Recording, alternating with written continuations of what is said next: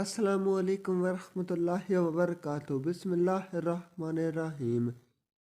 کیا آپ نے تاریخ کے اس سے دلیر ترین جاسوس کے بارے میں سن رکھا ہے؟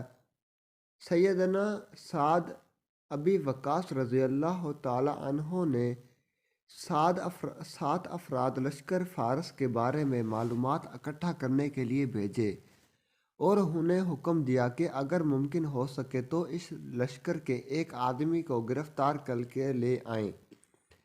یہ ساتوں آدمی ابھی نکلے ہی تھے کہ اچانک انہوں نے دشمن کے لشکر کو سامنے پایا، جبکہ ان کا گمان یہ تھا کہ لشکر ابھی دور ہے۔ انہوں نے آپس میں مشورہ کر کے واپس پلٹنے کا فیصلہ کیا، مگر ان ذمہ میں سے ایک آدمی نے امیر لشکر سعد کی جانب سے لگائی گئی مہم کو سر انجام دیے بغیر واپس لوٹنے سے انکار کر دیا۔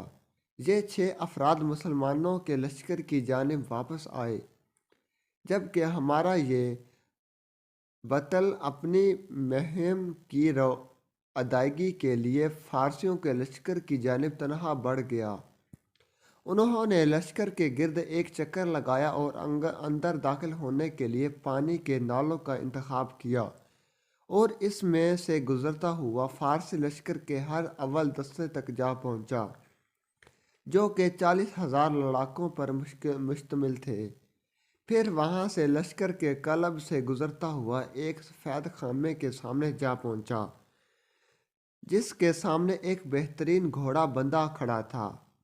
اس نے جان لیا کہ یہ دشمن کے سپہ سالار رستم کا خیمہ ہے، چنانچہ یہ اپنی جگہ پر انتظار کرتے رہے یہاں تک کہ رات گہری ہو گئی۔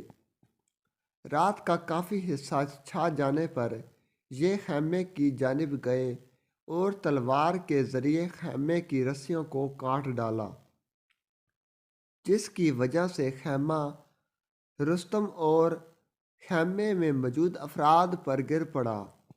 گھوڑے کی رسی کاٹی اور گھوڑے پر سوار ہو کر نکل پڑے۔ اس سے ان کا مقصد فارسیوں کی تفریق اور ان کے دلوں میں رعب پیدا کرنا تھا۔